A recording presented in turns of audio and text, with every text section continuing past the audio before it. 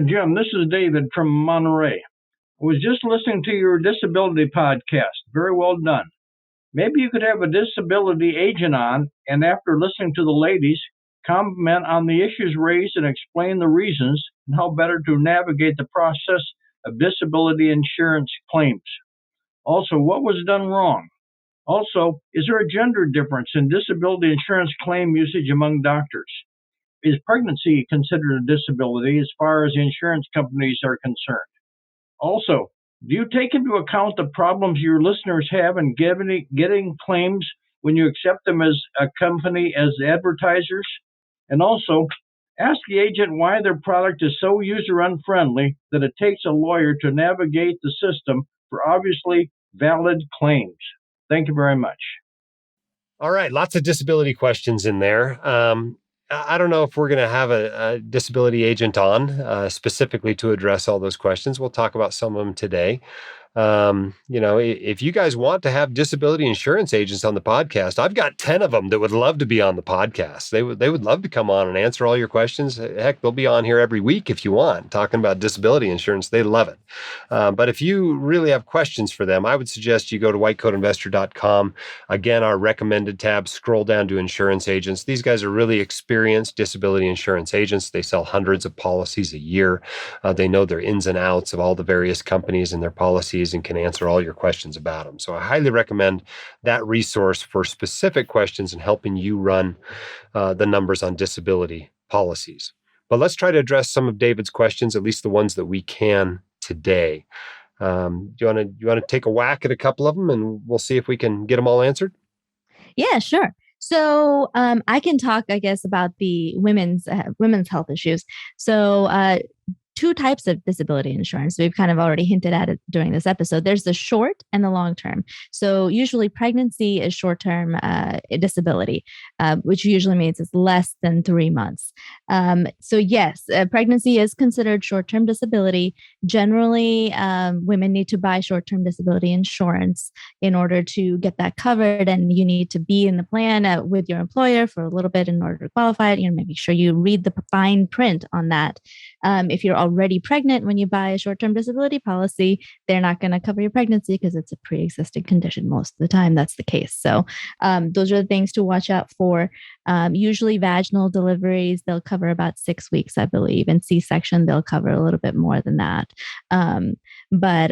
So short-term is a very important disability for women to have if they're planning on childbearing. As far as long-term disability insurance goes, I think that's what most doctors are concerned with when we're thinking about what happens if I have a stroke, if I can't do my job all of a sudden and I have my whole family depending on me. Who am I going to count on to, or how am I going to pay my bills and make sure that we don't get put out of our house? So Jim, I'll let you take over there. Yeah, just read the policy. Make sure it actually covers it. Don't assume that because it's short term, it's going to cover pregnancy. For the most part, at least long-term disability, pregnancy is not covered. A complication of pregnancy is covered. If you get preeclampsia, if you end up, whatever, you have some sort of complication, that's going to be covered. Yeah. You get a bunch of pulmonary emboli or something, whatever, that's going to be covered. But just a routine, uncomplicated NSVD, you may not get any coverage whatsoever out of that. And you got to read the policy. You can look into special things like AFLAC, right? AFLAC's got some pregnancy related payouts. And in fact, a lot of times you can get a really good deal on that. So I would look at it and look at the specifics if you're thinking about getting pregnant or if you already are, and see if you can't, do really well with something like that. But as far as long-term disability, there's got to be a complication or it's not going to cover it almost every time. Right. So long-term is for disability that lasts past 90 days. So usually with pregnancies, with normal pregnancies, you shouldn't have any disabilities that last past 90 days. So they don't qualify for long-term usually, unless you do have something that will last past 90 days. That, like Jim mentioned, if you have any complications that do make it difficult for you to work. But then again, anytime you file a claim, insurance companies are taking risk. They're taking risk that you're going to stay healthy and pay their premiums. Now, when you do get sick and start, holding them to their promise of helping you when you do get sick, a lot of the times, their business model is made to pay out the least possible. So you really, unfortunately, need to advocate for yourself. Have everything in writing. Make sure your T's are crossed and your I's are dotted, and you're going to have to spend some time trying to get your fair compensation.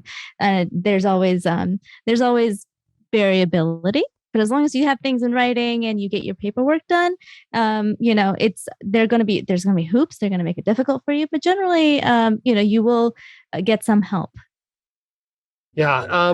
Keep in mind that women are more likely to get disabled.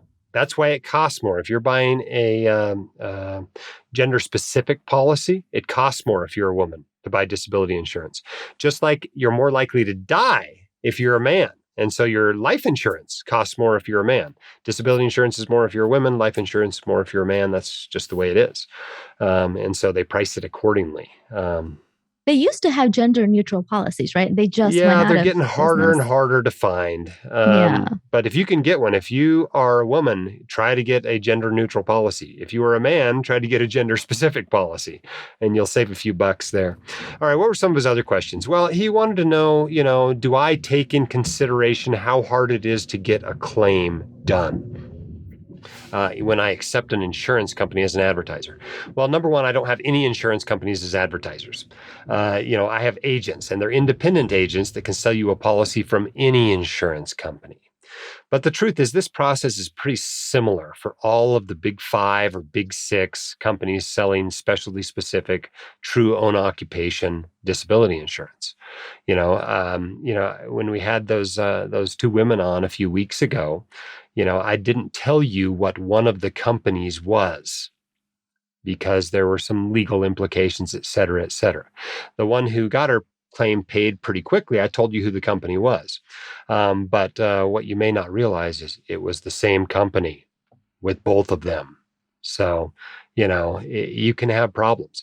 It's certainly if you have a disability that's harder to prove, for which there's not great radiologic evidence, you may find that, it's harder to get paid on it. If you got some vague back pain and you got a totally normal MRI back, it's going to be harder. You're going to have to see more specialists. You're going to have to get more physician opinions. You're going to have to fill out more paperwork than if somebody poked your eye out, and the first doc that looks in your eye goes, "Yep, your eye's poked out. Where do I sign?" Some disabilities just take a lot less paperwork, a lot less time. Do you have to get an attorney involved right away? Not necessarily, but a lot of people are glad they did because it gives them an advocate and they can at least understand what their options are. But there's lots of things you use an attorney for in life, and you wouldn't necessarily say, I shouldn't buy disability insurance because I needed an attorney to help me get my claim. That's just kind of part of the price of doing it. Think of it this way. Think of if the insurance companies were just, okay, you say you're disabled, let's pay you out. If it was really easy process, right? How much more would your premiums be? Probably substantially more because you'd have more people sneaking in that weren't really disabled. And so you got to be able to prove the disability or else the premiums are just going to be so expensive that nobody's going to buy it. So it's not all bad to have them actually looking carefully, but there's no doubt they have a business reason to pay as few claims as possible. So it's going to be a little bit of an uphill battle getting a claim. Great reason to become financially independent earlier in your life and not need disability insurance. So I've canceled my disability insurance. I don't have to deal with that if I ever get disabled, for better and for worse. And I should mention, just in case we have any new listeners that have never heard us talk about own occupation disability insurance, the reason we harp on true own occupation disability insurance is because if you get disabled and you're not able to do your job, say you could be the receptionist and check patients in, you're not going to be able to be a doctor anymore. You have a better chance of getting disability coverage if you have true own occupation disability insurance. So those are the words we're looking for in our policies. Yeah, for sure. I mean, Social Security disability, for instance, basically says it's not going to pay you if you can do any work, any occupation, right? So, yeah, you can't doctor anymore, but you know what? You can still take out the trash. They're not going to pay you. You have to be totally and completely disabled. And obviously, there's a lot of disabilities you can get. They're going to keep you from doing your job, right? You cut off your left hand, it's going to be really hard for you to intubate. But that aren't going to keep you from doing any work whatsoever. And so it's generally worthwhile. The vast majority of doctors buy a true own occupation, specialty specific policy for those years between when they are interns and when they become financially independent, and I'd recommend you do the same. Sometimes the policy you can get from your own job might be adequate. It's usually not quite as good as what you can get from an individual disability insurance policy that you'd buy through one of these agents that we recommend. It's just going to be a stronger policy. It's going to be more likely to pay, but yeah, it's going to cost more. They're more expensive to get a true individual policy. If you want your questions answered by the White Coat Investor, record your question at whitecoatinvestor.com/YQA or click the link in the description. The hosts of the White Coat Investor podcast are not licensed accountants, attorneys, or financial advisors. This podcast is free entertainment and information only. It should not be considered professional or personalized financial advice. You should consult the appropriate professional for specific advice relating to your situation.